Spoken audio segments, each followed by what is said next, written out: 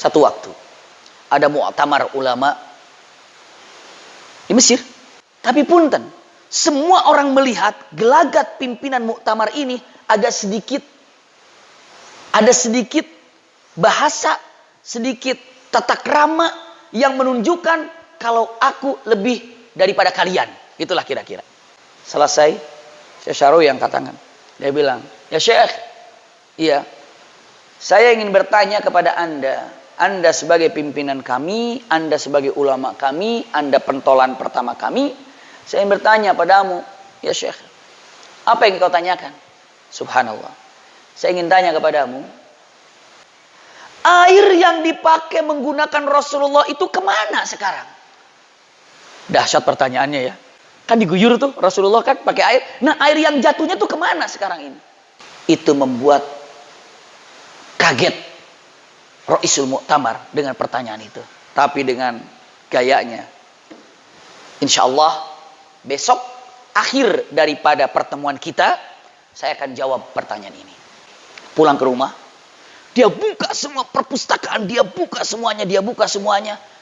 Dari semua kitab sirah nabawiyahnya, semua kitab sirah nabawiyah, semua berkaitan tentang Rasulullah, dibuka berjam-jam gak ketemu. Akhirnya kelelahan tapi tetap cari ketiduran. Itulah orangnya. Subhanallah. Saat dia tertidur, dia bermimpi. Mimpi ketemu Rasul sallallahu alaihi wasallam. Assalamualaikum ya Rasulullah, ya Rasulullah, ya Rasulullah. Rasulullah berdiri dan tersenyum. Apa? Ya Rasulullah, saya ada pertanyaan, nggak bisa dijawab. Kenapa? Air bekas mandimu kemana? Rasulullah itu tidak sendiri. Ditemani oleh orang yang membawa kindil. Kindil itu lampu kalau di kampung itu kan pakai patromak begitu ya. Dia membawa kindil. Rasulullah sedang berdua dengan laki-laki yang membawa lampu itu. Didatangi oleh Syekh ini bertanya, mana bekas air mandimu di mana ya Rasulullah? Rasulullah senyum. Tapi memberikan isyarat, maksudnya tanya dia. Langsung melirik kepada yang membawa kindil. Dia katakan, hai fulan. Iya, hai fulan. Saya tanya kemana bekas mandinya Rasulullah. Jawaban luar biasa. Yang di samping Rasulullah yang membawa petromak itu, kindil itu, dia bilang, bekas mandi Rasul sallallahu alaihi wasallam airnya tidak sempat jatuh ke bumi, tapi begitu jatuh ke tanah itu langsung menguap ke langit. Seperti menguapnya air di laut. Menguap naik ke atas langit. Dan sampainya di atas langit, air itu bersatu dengan air yang ada di langit. Lalu terpecah belah karena ada awan angin yang menyebarkannya. Dan terbawalah ke bumi hujan. Dan setiap tetesan yang jatuh ke bumi, bekas mandinya Rasulullah, disitulah jadi masjid. Subhanallah.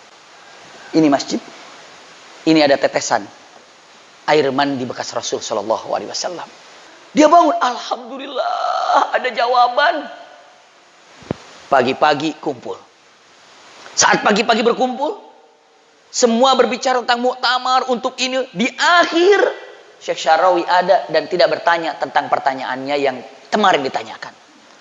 Akhirnya Ra'isul Mu'tamar mengatakan, saya sebelum tutup muktamar ini, saya akan jawab pertanyaan kemana air bekas mandi Rasul sallallahu alaihi wasallam. Saya akan jawab pertanyaan itu. Semua orang menunggu. Bagaimana jawabannya? Seperti apa jawabannya? Semua tahu. Jawabannya adalah air bekas mandi Rasul sallallahu alaihi wasallam tidak sampai masuk ke dalam bumi, tapi langsung menguap ke atas, lalu menyebarlah di atas ini. Lalu ke seluruh dunia menyebar. Lalu saat itu berjatuhan air bersamaan dengan hujan. Dan setiap qatrah, satu tetes air yang jatuh ke bumi. Dan itulah dijadikan masjid. Punten. Semua, alhamdulillah, Masya Allah. Ini luar biasa jawaban ini. Iya. Setelah itu apa? Syekh Syarawi bertanya, ya Syekh, dari mana Anda tahu jawaban itu? Dari mana Anda tahu jawaban itu? Ra'isul Mu'tamar menjawab mengatakan, jawaban itu dari Rasulullah. Bagaimana? Aku semalam mimpi ketemu Rasulullah dan aku tanyakan dan Rasulullah menjawab itu. Lalu apa kata Syekh Sya'rawi mengatakan? Bukan Rasulullah yang jawab itu. Dari mana kamu tahu? Kalau bukan Rasulullah jawaban itu. Yang jawab pertanyaanmu itu adalah orang yang di samping Rasulullah yang membawa patromak tadi. Kata Syekh Sya'rawi. Lalu orang isi muktamar mengatakan, dari mana kamu tahu ada laki-laki yang di samping Rasulullah bawa patromak? Aku yang di samping Rasulullah yang bawa patromak itu. Subhanallah. Bisa dibayangkan. Semuanya orang bertakbir dengan Allahu Akbar. Allahu Akbar. Lihat. Kalau sudah mencapai seperti itu, ketakwaan dan keindahan dan luar biasa. Apapun bisa hal-hal yang di luar pikiran kita. Namanya adalah karomah.